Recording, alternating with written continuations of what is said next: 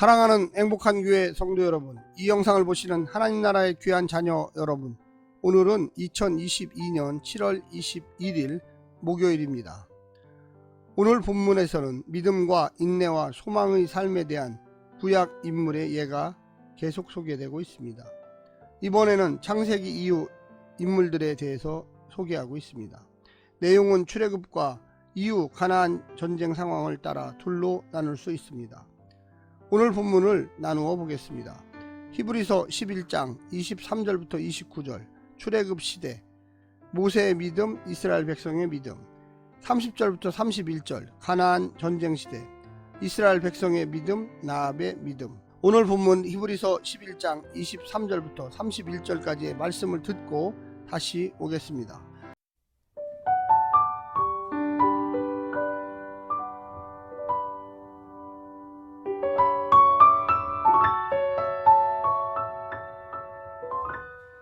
믿음으로 모세가 났을 때에 그 부모가 아름다운 아이임을 보고 석 달 동안 숨겨 왕의 명령을 무서워하지 아니하였으며, 믿음으로 모세는 장성하여 바로의 공주의 아들이라 칭함받기를 거절하고 도리어 하나님의 백성과 함께 고난받기를 잠시 죄악의 낙을 누리는 것보다 더 좋아하고 그리스도를 위하여 받는 수모를 애굽의 모든 보화보다 더 큰 재물로 여겼으니 이는 상 주심을 바라봄이라.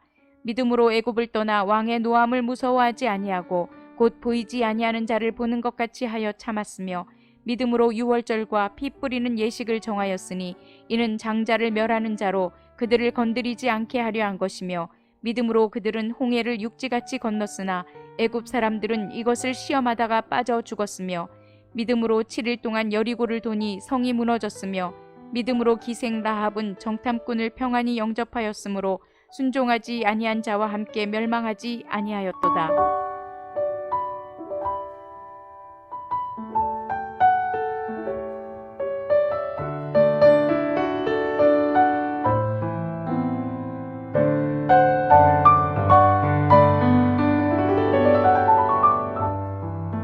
모세를 통한 출애굽은 오래전에 하나님이 아브라함과 언약 맺은 과정에서 약속한 것과 관련이 있습니다.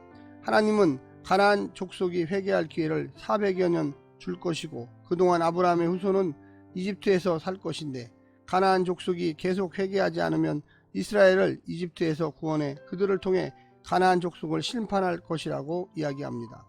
이런 측면에서 출애굽은 약속을 이행하는 하나님의 신실함이자 이스라엘을 구원할 것이고 하나님을 거절하는 가나안에 대한 심판의 시작이었습니다.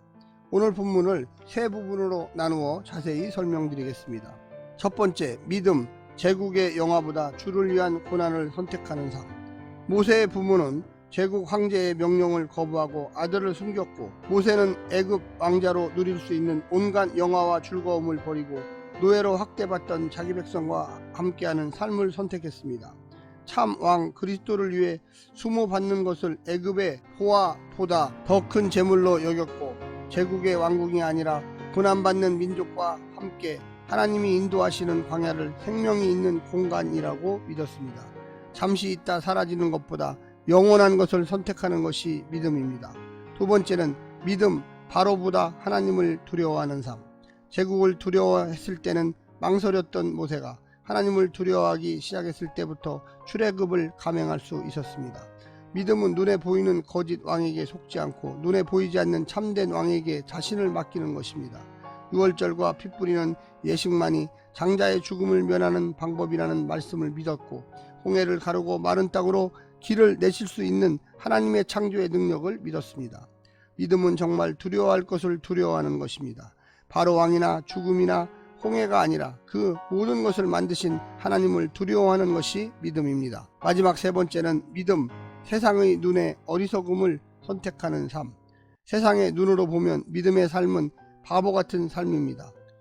세상의 목표를 거절하고 세상의 방식을 따르지 않기 때문입니다. 여호수아처럼 승리의 길이라는 말씀을 따라 철옹성의 여리고를 7일 동안 13바퀴 도는 것이 믿음입니다. 기생 라합처럼 눈에 보이는 거대한 성 여리고의 신은 거짓이고 나라도 없는 일개 떠돌이들의 신 여호와가 참신임을 인정하는 것이 믿음입니다. 믿음은 주인을 바꾸고 나라를 바꾸고 내 세계관을 바꾸는 것입니다. 세상의 방식을 뒤집고 뒤엎는 것이 바로 믿음입니다. 사랑하는 성도 여러분, 오늘 하루도 오늘 말씀을 통하여 승리하시기를 부탁드립니다.